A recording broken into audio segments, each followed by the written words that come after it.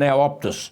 You've called on this mob to understand the damage they've done for 10 million Australians in terms of their personal identification. The Chief Executive, Kelly Bayer-Rosmarin, didn't seem to be too bothered about what you were saying. She was in the New South Wales Southern Highlands at the weekend with a bodyguard in tow. What's all that about? You'd probably have to ask the CEO. The issue with Optus, and I'll put it really plainly for yourself and your listeners, Alan, is that the senior management of Optus are not the victims. The victims are actually the customers of Optus. I think the information flow had been slow to people who are Optus customers. MPs can't turn on their email boxes now without getting a frustrated Optus customer not saying, I haven't heard anything, I don't know what's going on. Yeah. For me, I'm not getting into the personalities of the senior leadership of Optus, but it's not about them. It's about, it's day 13. They've now provided us with information. That's fine. I want to make sure that no one can use a Medicare number and hack into someone's personal medical details. I want to make sure that if you've given them your passport, that they're not able to use that to, steal someone's identity. So we've just got to all work together here. Where does the Privacy Commissioner fit into all of this if someone outfit like Optus can't safeguard personal data? Well, Mark Dreyfus, the Attorney General, has been working with the Privacy Commissioner. I do think that Optus have been working with the Privacy Commissioner, so that's one good thing.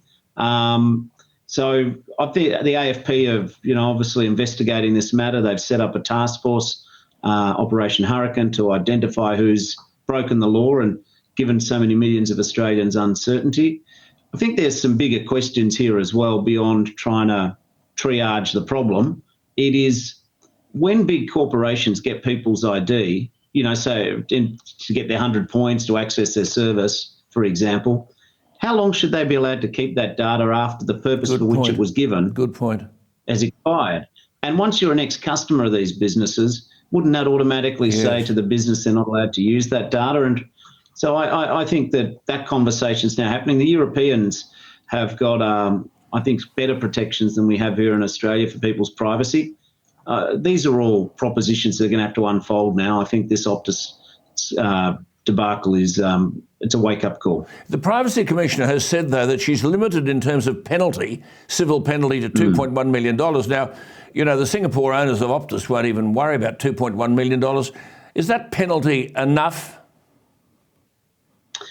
Well, I think a lot of people would say it's not. Maybe my colleague Mark Dreyfus will work on that aspect of the reform. But I think sensible Australians will listen to the Privacy Commissioner's observations and take them pretty seriously. I mean, what we have to be careful of here is you don't want to have the corporate equivalent of a speeding ticket. You want to have more impact than that when a problem like this is. Yeah, I mean, when you've got driver's licences, passports, I've just had random people ringing me and saying, well, I'm an Optus person, I don't know what to do. Has someone got hold of my passport number, my Medicare number? These questions have to be answered by Optus, don't they? Well, they're the ones who know what's been hacked and what hasn't. We've got data from Optus overnight. 1 a.m. Senior staff of mine procured the material and they're going through it. As I understand, about 36,900 Medicare records have been breached. I would just say, just without boring people to tears, just because a hacker's got your Medicare number doesn't mean they can get into your records, because we have a multi-factor identification system.